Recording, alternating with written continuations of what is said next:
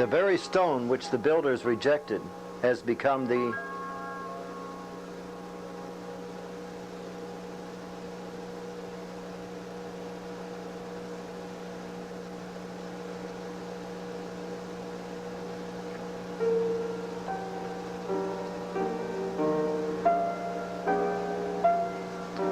stone which the builders rejected has become the head of the corner, or chief cornerstone.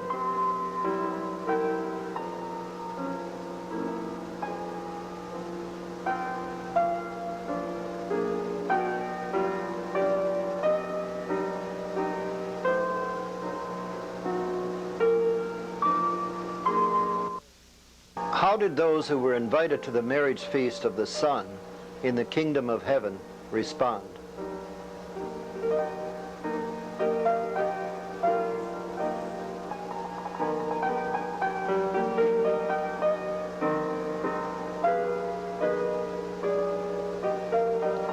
They made light of it and went off to their farms and businesses, while the rest treated the servants of God shamefully.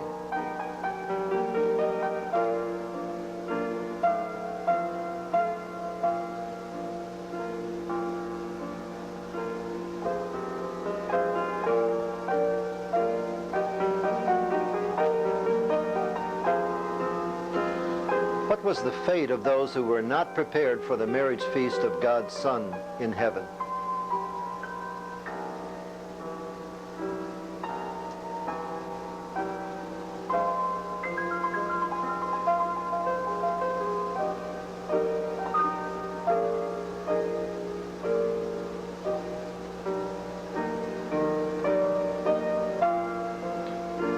They were cast into the outer darkness, where men will weep and gnash their teeth.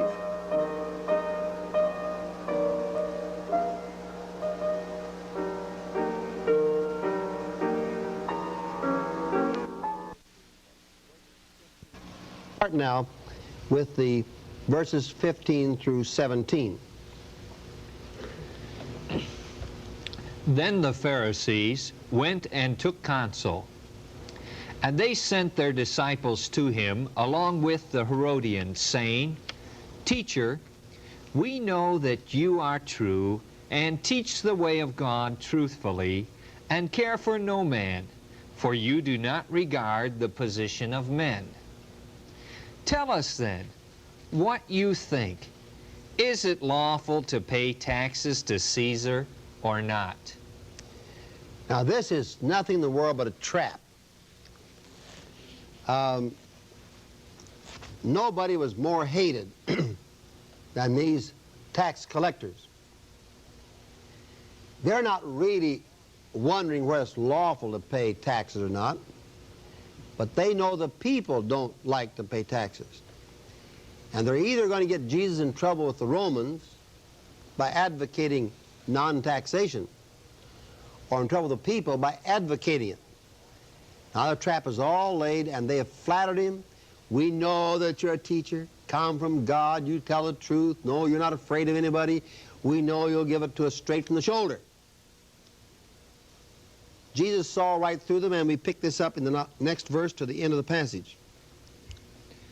But Jesus, aware of their malice, said, Why put me to the test, you hypocrites? Show me the money for the tax. And they brought him a coin. And Jesus said to them, Whose likeness and inscription is this?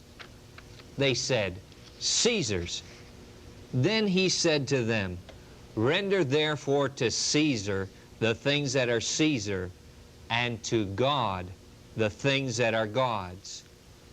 When they heard it, they marveled, and they left him and went away. Oh, we can just paraphrase this. Jesus said, anybody have a coin? They gave him a denarius, which is a day's wage, worth 17 to 25 cents. He looked at it. Well, there's a picture on it. What do you know? There's a picture. Whose picture is it?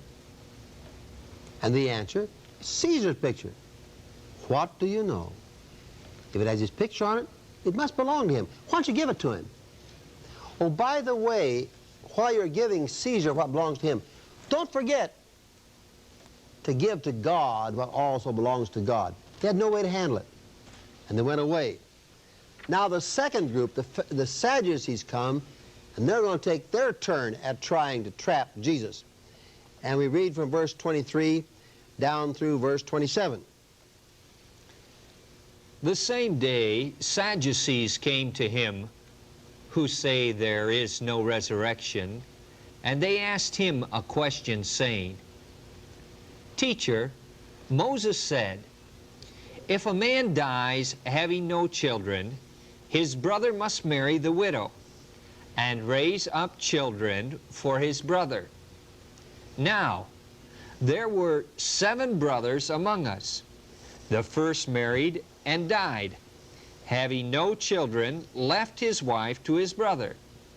So too to the second, and the third, down to the 7th. And after them all, the woman died. I would think so. I would think so. This is based upon their practice that it's essential for a man to have an heir. If he dies without an heir, his land should be left to his children. And so to carry on the family name, his part of the family, the first male child born to his widow and his brother, who's now married the widow, will be counted in law as being the son of the deceased. Now this family of 7 brothers, she married in turn, one after the other. Each died in turn, leaving no issue, and she died, not having children, by any one of the 7. And now they spring their trap because they don't believe in the resurrection. It's a totally phony question. It's a totally insincere question. And Jesus, you're going to find, is very severe with them. Read verse 28 and then down through verse 32. In the resurrection, therefore, to which of the 7 will she be wife? For they all had her. But Jesus answered them, You are wrong, because you know neither the Scriptures nor the power of God. For in the resurrection they neither marry nor are given in marriage, but are like the angels in heaven. And as for the resurrection of the dead, have you not read what was said to you by God?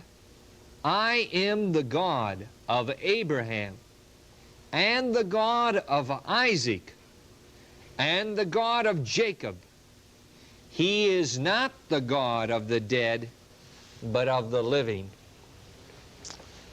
The trap now is baited and sprung. 7 brothers, 1 wife. Whose will she be in the resurrection? Jesus lashes back and said, You're wrong. Now these are the people who run the temple. These are the Hasmoneans, the chief priests. These are the ones who control the religious life at the center of Israel at the time, who believe in no resurrection. And he makes 2 extremely strong accusations. He said, You don't know the Scriptures. You don't know the power of God. Those are 2 terrible things to say about chief priests. And then he said, and this runs counter to a lot of people's ideas. And I hope I offend no one, but just think with me and stay with Jesus at a moment. In the resurrection, they neither marry nor are given in marriage, but are like the angels in heaven. Now this solves for me forever the question of the identity of the sons of God who in the days before the flood cohabited with the daughters of men